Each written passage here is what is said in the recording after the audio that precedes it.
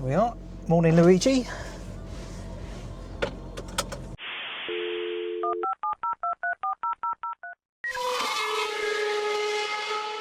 Hello, and thanks for joining me. We are just about to leave Norwich City football grounds, heading to Snetterton to see the team we'll be driving for in the Enduro KA later on this season.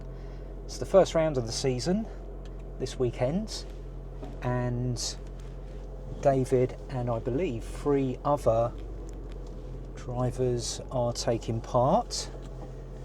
Qualifying is at 5 o'clock this afternoon.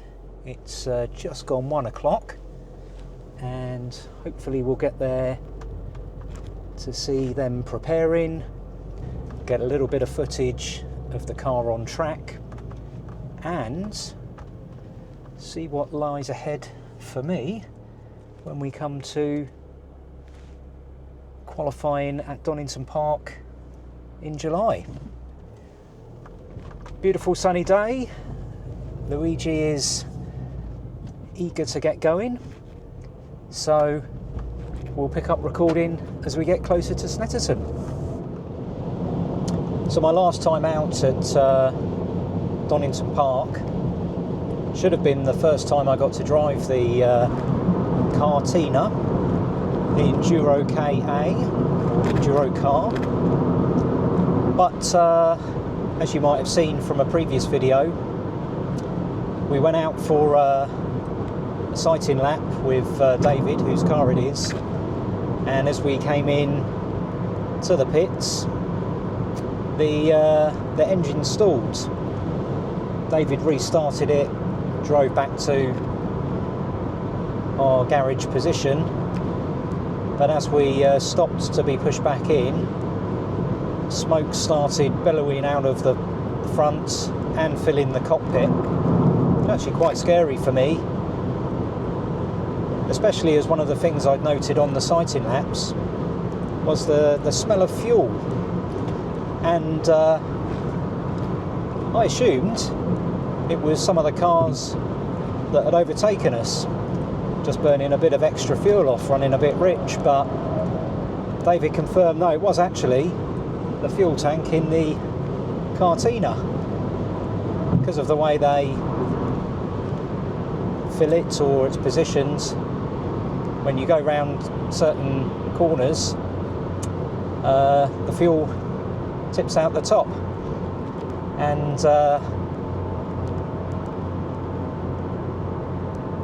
that's one of the fears I have of being in a car that's on fire.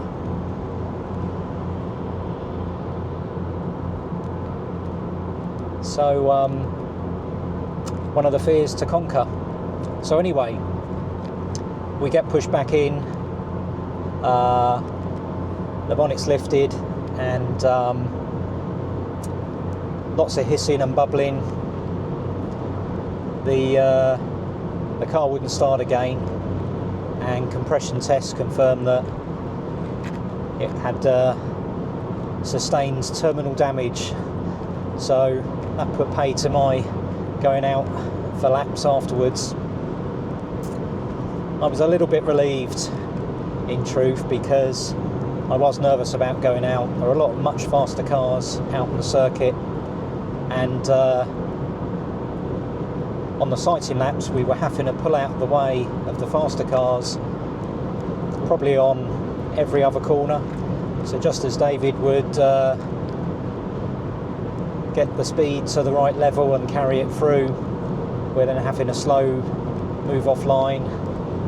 And one of the traits about the KA is that it doesn't have a lot of power, 69 brake horsepower, and especially at Donington there's quite a climb, and if you scrub the speed off by braking too much, it's really going to hurt the rest of your lap. Whereas in a more powerful car, you can accelerate and reclaim the speed that you'd lost. So one bad corner at Donington and it's pretty much the whole lap is gone. On the plus side though, an engine for a KA car is about £250 from a breaker's yard. So that's pretty much what the cost of that engine failure was, which overall is a good demonstration of the appeal of the series overall.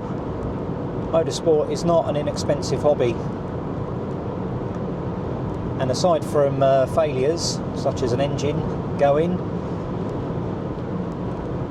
the other cost on top of turning up, fuel, tyres, engineers, transportation, is a cause damage.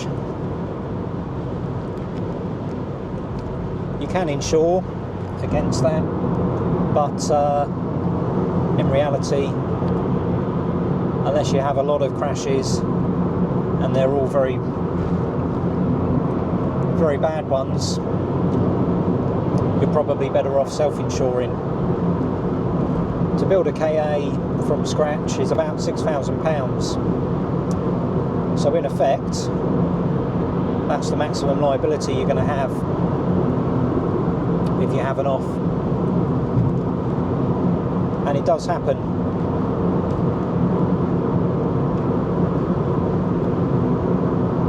In fact, at the end of last year, David's car was reshelled after an accident at the final round.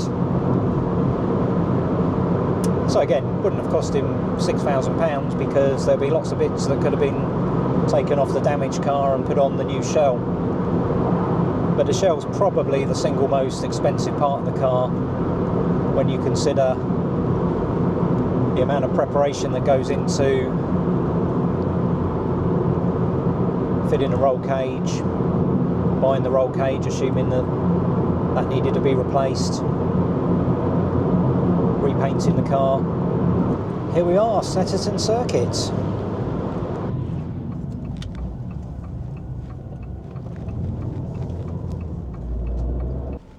There we are. The enduring legacy of motorsport sponsorship. So I think I'm going to park up here and then go and investigate the paddock, which I think is up here from memory. So I'll sign off now and we'll pick up later in the paddock. Garage, team and cars located. After an hour and a half or so of standing around chatting, well, and walking around some of the circuit to get some good vantage points for filming later on, we were ready to go.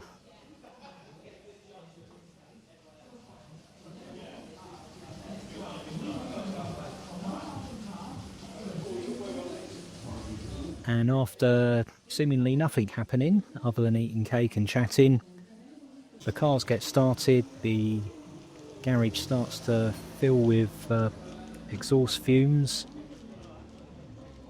All the drivers are putting their race suits on, strapped in, and away they go for qualifying. The cars were actually in a holding pen before going out on track, rather than feeding out from the pit lane that the garages are connected to. And there she is, car 49. Didn't particularly want to go back out in the cold, but equally happy to get out of the exhaust fumes. I can't tell you how cold it is. We've been waiting around for hours, just about 5:30 now, and we're waiting to see the cars go out on track. We're going to first of all watch them leave the pit lane, then we're going to walk to two other points in the track to get hopefully some good footage of the cars in action. To help you out on the workload. So the addition for this is going to be car number 9. There she is, number 49. And the Only Cans livery car, which I do actually quite like the look of that car, but equally don't let the Cartina hear me say that. This is the first time I was filming on track with the DJI Osmo, and very much getting used to tracking the cars.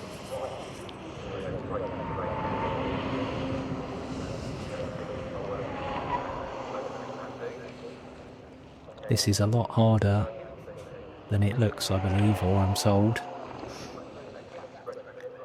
And this corner in particular is very tricky. Lots of snatch brakes.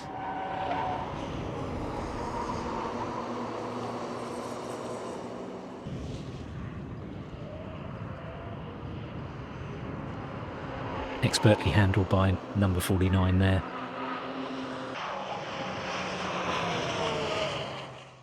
And there we are. Number 49, who I will be driving in just a matter of weeks, hopefully.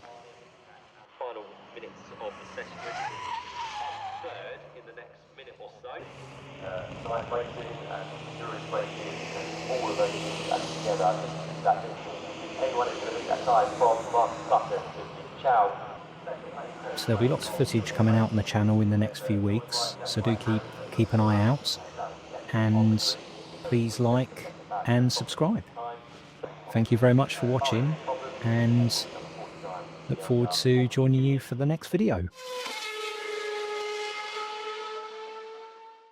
You started your MSP to help business owners master technology.